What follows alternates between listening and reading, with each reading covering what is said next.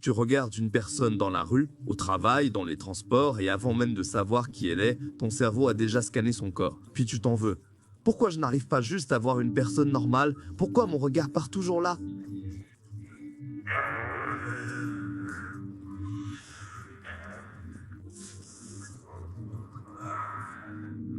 Pourquoi je compare tout le monde, même la personne que j'aime? Et parfois, le plus dur n'est pas ce que tu regardes, c'est ce que tu ne ressens plus. La curiosité, la tendresse, l'envie de connaître quelqu'un. À la place, il y a une évaluation rapide, presque automatique, attirante ou pas. Assez comme si, pas assez comme ça. Est-ce qu'elle ressemble à ce que j'ai vu? Est-ce qu'il ressemble à ce que j'imagine? Et ouais, ça peut faire mal de le reconnaître. Dans le dernier épisode, on a parlé de cette phase où la libido peut sembler s'éteindre quand on arrête le porno. Une phase que certaines personnes en rétablissement appellent la flatline. Aujourd'hui, on va regarder une autre pièce du puzzle. Est-ce que le porno peut influencer notre manière de voir les autres? Pas seulement notre excitation, notre regard, notre façon de ressentir une présence humaine. Ou je. Alors, précision importante, regarder du porno ne transforme pas automatiquement quelqu'un en mauvaise personne.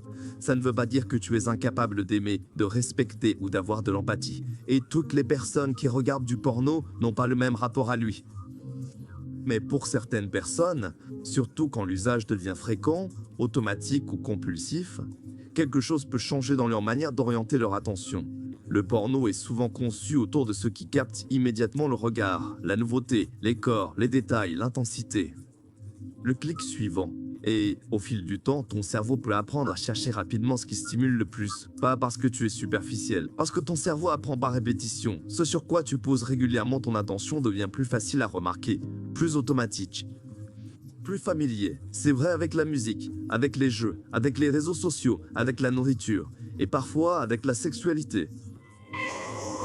Plus tu habitues ton attention à chercher des images précises, des corps précis, des scénarios précis, plus il peut devenir difficile de revenir à une présence réelle, complète, imprévisible. Une vraie personne ne correspond pas à une barre de recherche, elle ne se résume pas à une catégorie.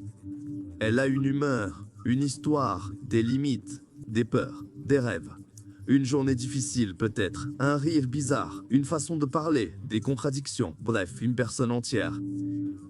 Certaines études observent des liens entre une consommation fréquente de pornographie et une tendance plus forte à objectifier les autres ou à avoir des attentes sexuelles moins réalistes. Mais attention, ces études montrent souvent des corrélations. Elles ne prouvent pas que le porno est la cause unique de ces comportements. L'éducation, les réseaux sociaux, la publicité, la culture, les expériences personnelles, tout ça peut jouer. Et pourtant, si toi, tu observes que ton regard a changé avec ton usage, ton expérience mérite d'être prise au sérieux, pas pour te condamner, pour comprendre. Beaucoup de personnes en rétablissement racontent quelque chose comme « je ne voulais pas réduire les gens à leur corps ». Mais c'était devenu mon premier réflexe. Ou alors, j'aimais mon partenaire, mais je le comparais sans arrêt à des images. Ou encore, pendant l'intimité, je n'étais pas vraiment avec la personne, j'étais dans ma tête, dans des scènes, dans des souvenirs.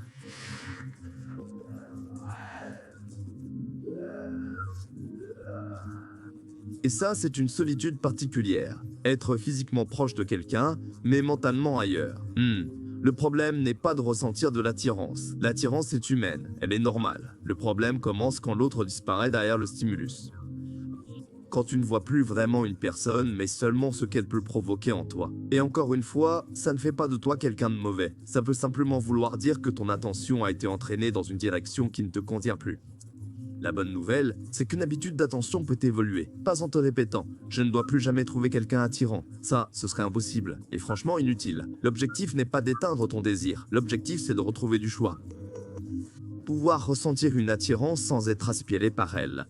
Pouvoir voir un corps sans oublier l'être humain. Pouvoir être avec ton ou ta partenaire sans le comparer à une infinité d'images. Voilà une différence énorme. L'attirance dit « cette personne me plaît ».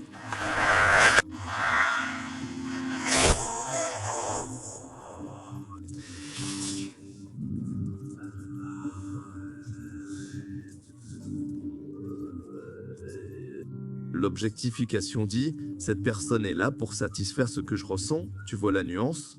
Une personne peut être attirante et rester une personne complète. Elle ne te doit rien. Pas un regard, pas un sourire, pas une conversation. Bouge tu pas une réponse à ton désir. Et paradoxalement, c'est souvent quand on recommence à voir l'autre dans sa globalité que l'intimité devient plus forte, moins mécanique, plus vivante.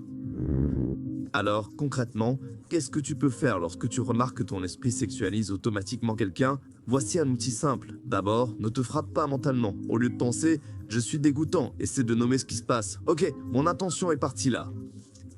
Je remarque une attirance, je remarque une image mentale, je remarque une envie de comparer. Juste ça, nommer sans te juger. Ensuite, reviens dans le présent. Respire lentement, regarde autour de toi, sens tes pieds sur le sol, écoute les sons autour de toi. Puis rappelle-toi une phrase simple. Cette personne a une vie entière que je ne connais pas. Pas besoin de fixer quelqu'un pour l'humaniser. Pas besoin de te forcer à créer un lien. Parfois, respecter l'autre, c'est aussi détourner ton regard et continuer ta route. L'idée, ce n'est pas de contrôler chaque pensée. L'idée, c'est de ne pas alimenter automatiquement la pensée. Parce qu'entre l'impulsion et l'action, il existe un espace. Et dans cet espace, tu peux choisir. Tu peux aussi observer les moments où ton regard devient le plus compulsif. Est-ce quand tu es seul, stressé, fatigué, après une dispute, sur les réseaux sociaux, tard le soir, sans même savoir pourquoi tu fais défiler? Souvent, la sexualisation automatique n'est pas seulement une question de désir. C'est parfois une manière de chercher une stimulation, une distraction, une sortie de secours émotionnel. Alors pose-toi cette question, qu'est-ce que je cherche vraiment là maintenant? De l'excitation, du réconfort, de l'évasion, une preuve que je vaux quelque chose? Ou simplement quelqu'un avec qui me sentir moins seul? Cette question peut être inconfortable, mais elle ouvre une porte, parce que le rétablissement ne consiste pas à devenir pur, parfait ou sans désir. Il consiste à redevenir présent, présent à toi-même, présent à tes émotions, présent aux autres. Et si tu remarques que les pensées sexuelles sont envahissantes, que tu te sens incapable de respecter tes propres limites ou que ça te fait souffrir au quotidien, parler à un psychologue, un sexologue ou un professionnel formé au comportement compulsif peut vraiment aider. Tu n'as pas besoin de porter ça seul maintenant, une nouvelle question apparaît. Même quand tu veux arrêter, même quand tu comprends ce qui se passe, pourquoi les envies surgissent-elles parfois d'un coup? Pourquoi une image, une pub, une vidéo sur les réseaux, une soirée de solitude peuvent-elles déclencher une envie si forte? Est-ce que c'est un manque de volonté? Ou est-ce qu'il y a quelque chose de plus précis derrière les déclencheurs? Dans le prochain épisode, on va parler de ça. Pourquoi les envies arrivent au pire moment et comment les traverser sans te battre contre toi-même.